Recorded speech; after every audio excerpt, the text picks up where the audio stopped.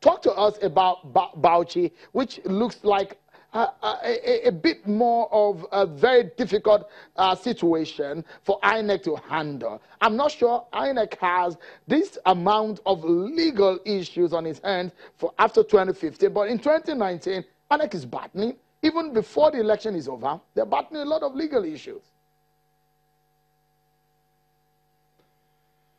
Well, thank you very much, Sean. Before I give my own perspectives on the legal issues at stake, the major observation that I want to make in respect of the elections so far conducted is the competitiveness of the elections themselves. Those who won had a very good fight from their opponents. And it means, politicians can no longer take voters for granted. And that those years of landslide or moonslide or whatever it is over. That people now have to fight for every vote in the election. And so this is, for me, a major takeaway. And you remember a clip yesterday which was shown by channels from Bauchi where voters chased away some officials when they went there to try to disrupt the elections. So you can see we are actually moving on. Voters are really moving on, and so our politicians have to change to understand how to approach elections and do things which will win them over, will win voters over, rather than simply trying to rely on vandalism, thuggery, and that sort of thing. Now, sorry, Prof. Sorry, since you went there, it would be good for the sake of the country, and we're talking about systems yesterday. Since you went to that area, it's very sensitive. And let me ask you, now you said voters have moved in terms of their orientation from 2015 now to 2019. They are more dogged in terms of defending their vote, and the politicians can no longer take voters for granted. So there are two layers now that are remaining. Are the politicians moved in terms of their attitude towards election? And also, compared to the commission, the umpire, what about their own side of it? Have they also moved? Oh, certainly. I mean, all these discussions, 1 week, 2, and throughout the period of the elections have focused on INEC and all the other stakeholders which have a role in the organization of the elections. And so the spot, everybody's being put on the spot to ensure that INEC is right or get the logistics right in spite of the lots of challenges on ground. Most of it, unfortunately, are generated by the politicians. And the politicians, too, they have to now organize their primaries well, because from what we have seen so far, a lot of candidates have lost because of imposition from some parties, from primaries of the parties. So these are things which are really going to put them on the spot. So it's not going to be simply Godfather imposing candidates here and there, because the electorate will now make their decisions.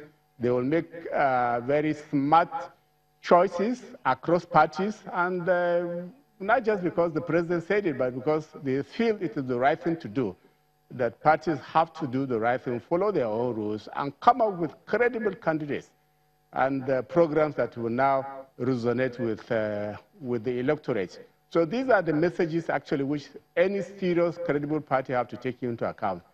And then the issue which you raised, if you followed the performance of all these other parties outside the two majors, you find they should simply no longer be on the ballot. So we expect INEC now to use the alteration number 4, alteration 4 number 9, to take out all these parties that have failed to perform in the elections. And then also even look forward. I believe they can proposals can be made in the Electoral Act to ensure that only parties should not automatically appear on presidential and even gubernatorial ballots, especially the year a party is registered. My own advises that it should not be permitted to appear on the ballot in the cycle, in the election, or the cycle of that election until another cycle after a certain benchmark performance for both governorship and presidential. So the benchmark can be worked out as done in the alterations. So in this way, we will minimize the confusion, for the electorate, and then even the time in the coalition, which actually can be attributed so much of it to so many parties which are not performing anything at all. So, Prof, talk to us about what will become an economically viable situation for the legal practice. The political trouble that we're seeing within the political atmosphere. Because now when this trouble happens within the political sphere, they run to the courts, and the lawyers are happy. Bauchi State, for example, and Adamawa, INEC is facing a lot of trouble because in any case of this magnitude, INEC is joined in the suit. In this sense, in Bauchi, what can you tell us about it? Well, I don't know if we should say lawyers are happy, because we really are talking about our country and getting elections right. Now, the case of Bauchi, to my own understanding, was really lack of proper handling on the part of INEC and those who are advising INEC. We shouldn't have had that injunction in the first place, because when they went to court, the court simply asked, INEC to show cause why the injunction should be granted. Now, instead of appearing before the court and showing cause, that wasn't done. So the court was left with non-compliance of the order, of its, of its order. So somehow it was forced to issue the interim injunction.